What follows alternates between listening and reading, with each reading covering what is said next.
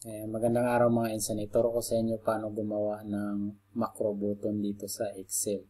Or yung button na yun, pag pinindot mo, magdadirect siya dun sa ibang tab sheet automatically. Less hassle na po siya sa ginagawa nyo. Or kailangan siya pag may business kayo or reporting. So, buksan natin itong Excel para maipaliwanag ko. Ganito pong gagawin natin ngayon. Ito pong Excel na to, ayan, dito sa baba, napakarami na pong mga tab sheet, no? Pagka gusto mong puntahan yung, ito po yung summary, for example, yung summary na to. Ito po yung kita ng store namin, tapos ito yung bayaran per month dun, kasi franchise siya dun sa may-ari ng store. So, pag nag-input na kayo ng data, kailangan nyo pang pindutin itong mga button dito para lang pupunta kasi napakarami. Napansin nyo na po, puno na yung tab sheet sa baba. So, pindutin nyo yung October.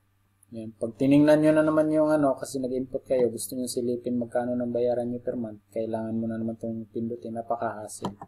However, pwede po tayo gagawa ng button dito na pag kinlik natin yung button, automatic siya, may display niya yung monthly na summary doon. Okay, yun po ang gamit natin sa vlog na to. So, at first, kailangan nyo po ma-display yung ribbon dito sa bar sa taas, yung developer. Para in default, wala po yan, hindi makita yung developer in default sa Excel. So, kailangan nyo pa pong i-display dito yung ribbon na developer dito sa bar sa taas. So, para ma-display yun, ituro ko sa inyo paano hanapin. Pindutin nyo itong file, and then more. So, two ways po para paano siya i-display. Pagka click nyo ng more, click nyo itong option. Ayan, tapos ito customize ribbon. Kasi ribbon kasi yung tawag doon, mga function key doon sa tab sa taas, sa bar. So, ayan, ito po yung developer. Pag i-click nyo yan, okay, di-display na yan doon, ma-add na yan doon sa taas. So, ito po, baka makalimutan nyo. Ito, may isa pang way paano hanapin. So, wag lang natin pindutin, no? So, ang pinaka best way, ito lang, i-right click mo lang to lahat. Ito, napansin nyo itong mga ribbon na to. Pag i-right click nyo yan, may lalabas na dalawang option. So, kahit saan dyan. So, mag-right click lang tayo kahit saan din. Customize ribbon. See? Automatic na i-display niya. Then, pindutin nyo yung developer. Then, okay. Ayan, ma-add na yan dito sa ribbon. Ito na po siya, developer. So, para mangyari yung button na yun, 3 step po, gagawa tayo ng rules. No? First, pindutin mo tong developer in this tab sheet October. Pindutin mo tong record macro. And then, tandaan mo yung formula, walang ibang choice na shortcut or ano man. So, capital letter or uppercase yung go, then small o. Capital na naman yung T, small o na naman go to. Tapos, yung pangalan ng tab sheet kanina is monthly. So, malaki yung capital letter yung M kanina. And then, naka-default siya this workbook. So, in this workbook. So, default na po ito. I-okay mo lang. Yun yung first step natin. Pangalawang step, puntahan nyo yung monthly.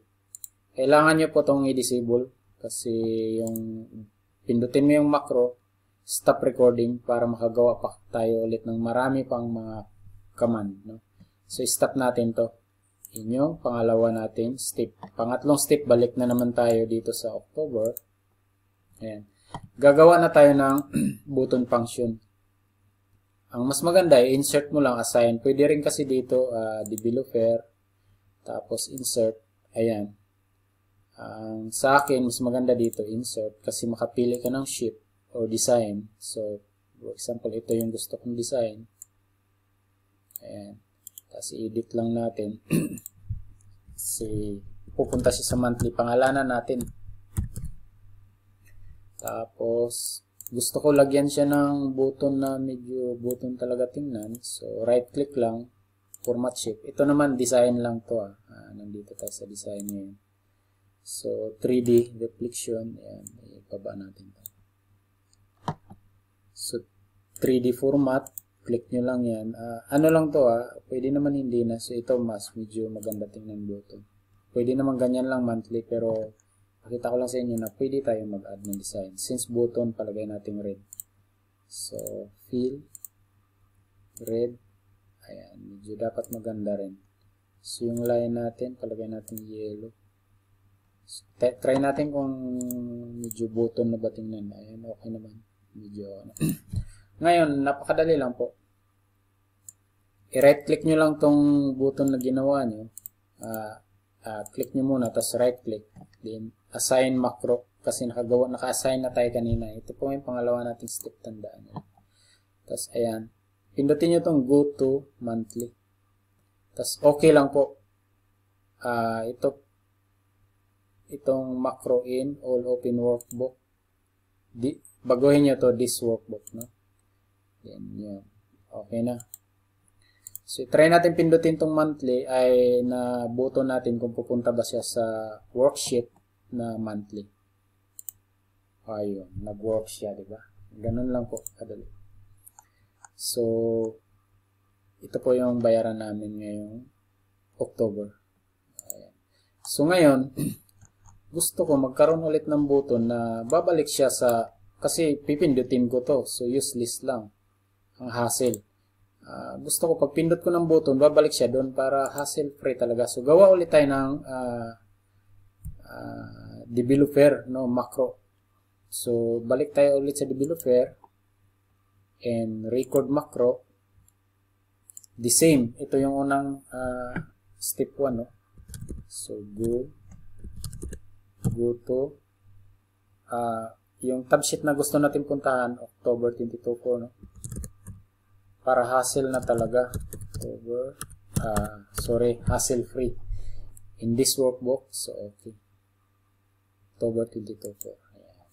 So, puntahan muna natin yung pangalawang step, October na tab sheet. Naka-click na yung developer, stop recording. Para gagana siya. Maggagana yung macro. So, balik na naman tayo sa kabilang sheet, yung monthly. Gawa na tayo na button. Okay? So, ang pangalan natin dito is back, of course, para hindi siya, madali siyang intindihin. So, wag muna natin lagyan ng design. Pwede naman lagyan natin ng design para medyo mas maganda po tingnan. So, 3D. 3D view. Iba na naman, ganito lang. So, yan, medyo okay na. Back daw yan.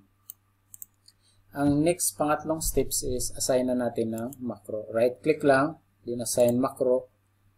Ayan, go to October 2024. So, okay. Pag hindi siya gagana, posibleng may typo error kayo din. Or clerical error lang.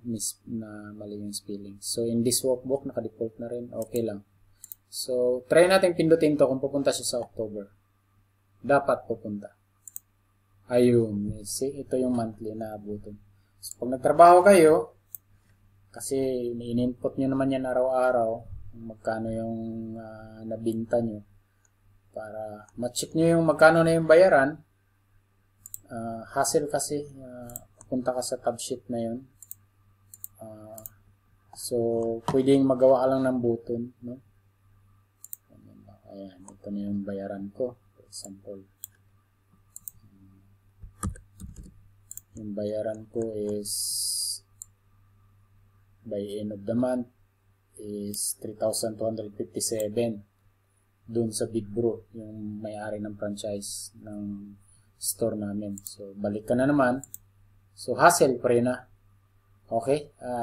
Yan lang po. Abangan nyo po mga iba nating video. Maraming salamat po.